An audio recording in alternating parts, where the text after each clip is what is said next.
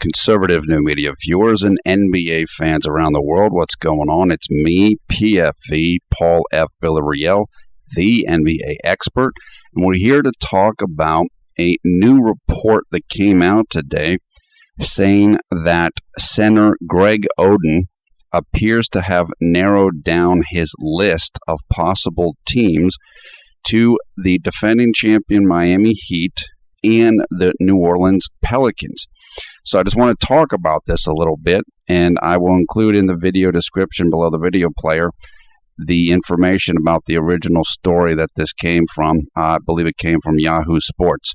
Now, if I am correct, Greg Oden has been working out for about 5 or 6 teams in Indianapolis, Indiana, I believe.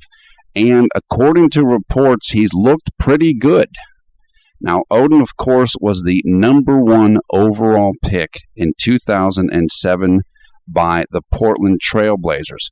Of course, Odom has struggled in his brief career with various injuries, and so he's not the player that he used to be, and he has only played 82 games over the last 5 years because of the injury issues.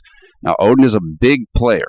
He's 6'11" with no shoes on, I believe he's listed at, and he's a 7-footer in his shoes, and he's been as heavy, I believe, in a previous comeback as 300 pounds and 300 pounds of muscle, not fat. This is a guy that's huge. He's very large, and that's why he's drawing a bunch of interest, among other reasons.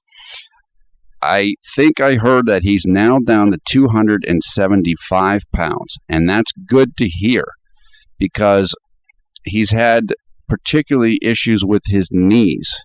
And so if you have had knee trouble, one of the most important things you want to do is manage your weight so that your knees don't get too much stress on them from the extra weight.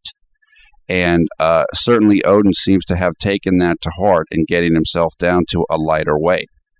Now, Odom he's a shot blocker, or that's certainly what he was in the past. He's a guy that takes up space. He's a space eater. As I said, he's a very big guy. He's strong. He can get position on the blocks. He can guard other big men. And he's also an excellent rebounder.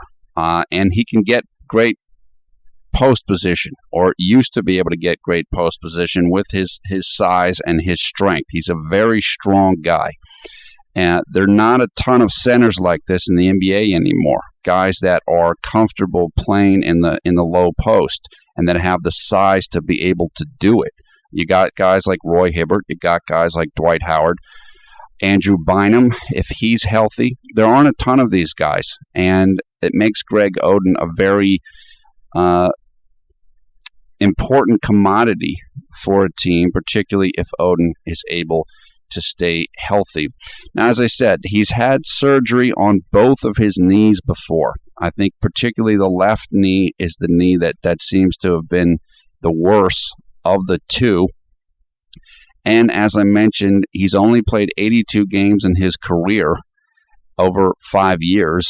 And the last time he played was the 2009-2010 season. So that's 3 years ago. However, he is only 25 years old. And the teams that he seems to be targeting could be really good for him. And I'll talk about that right now. Most people know the Miami Heat lack front court size and front court youth, to be honest. They need somebody like Greg Oden. I mean, you saw how much Chris Birdman Anderson helped the Miami Heat last year. Well, Oden's bigger than Anderson, and he's younger than Anderson. Now, he's probably not as athletic as Anderson ever, and he probably never was, and he's probably even less so now because of the injuries, but he's much larger than Chris Anderson. Chris Anderson's like 225, 230, 6'10", 6'11". Oden's bigger than that, considerably bigger. Miami needs a player like that. especially when you see them go up against teams like the Indiana Pacers, the Chicago Bulls. They just get out-muscled and outsized. So there's a very important role that Greg Oden could play with the Miami Heat if he chooses to sign with them. Now, if you're coming from Greg Oden's perspective and you sign with Miami, you go to an immediate contender. You could be playing for a championship team in the first year of your comeback, which is certainly enticing. We saw Miami do this with Eddie Curry a year or two ago, and it worked out. I think Eddie Curry is, I believe, signed with another team, and he's still around. So it worked for both entities, even though Eddie Curry didn't do a lot for Miami. I think Greg Oden could do a lot more for the Miami Heat than Eddie Curry did in his comeback. Now, I've heard that Pat Riley, I believe is the president of the Miami Heat, is trying to sell Greg Oden on the idea of, look, we've dealt with players before in the Miami Heat organization that have come back from injuries early in their career and then been okay. And that would be players like Zydrunas Ilgauskas, who Miami dealt with later in Zydrunas' career, and Alonzo Mourning, who had the issues with the kidney affliction, I believe. So it's not a bad pitch. I think that the Miami Heat training staff is fairly well respected, and that's important as well, too. So that's kind of where Miami's coming from. We'll see what happens. My guess is, if I had to choose one of these two teams that I think that Oden would sign with, I would imagine that he would sign with the Heat, just because I think it's going to be too tempting of a situation. It's a good location for a lot of players like Miami, a lot of people like Miami, and you get to play on the two-time defending champions. That's a lot of lore. Now, as far as the New Orleans Pelicans go, that also could be a very good situation for Greg Oden. New Orleans got rid of center Robin Lopez this offseason, so there's kind of a void there at the center position, and New Orleans picked up Tyreke Evans and Drew Holiday. New Orleans is a young team with a good amount of talent. They're not a perfect team. They might not even make the playoffs this year, but they're right in that mix for the last couple seeds in the Western Conference. It's a very competitive Western Conference.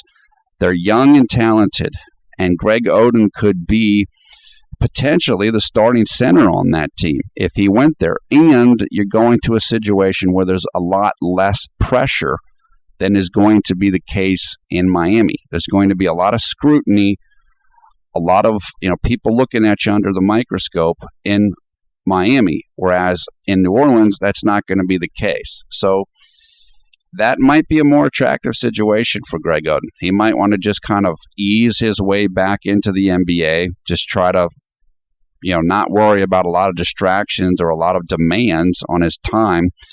And that could work out well. New Orleans has a lot of talent.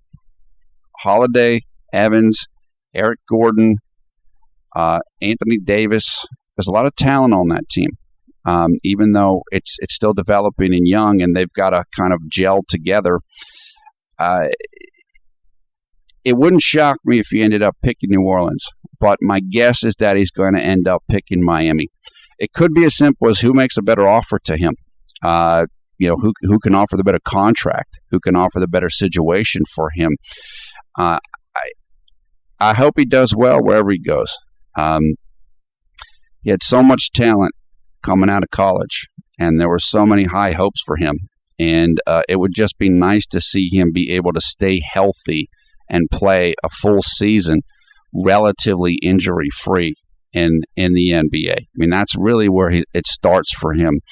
But my feeling is, again, if I have to make a prediction, I think he's going to end up with Miami just because the situation's too tempting.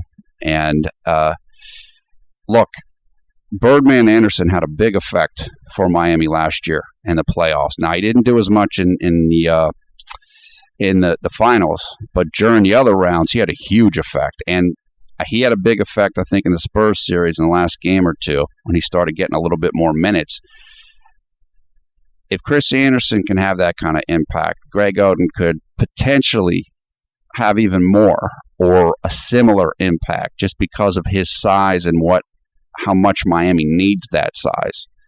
So we're getting more information now. It does appear as though Greg Oden is down to 2 teams. We should know something, I believe, by this upcoming week. And it's going to be interesting. If the Heat do get him, there's going to be a lot of Miami Heat fans very happy. They're going to be hearing a lot of crowing from that fan base and probably from the organization themselves if it happens. But once again, you can't rely on Greg Oden too much yet. As good as he's looking in these workouts, I don't think he's going to be able to play a ton of minutes at the start of the year.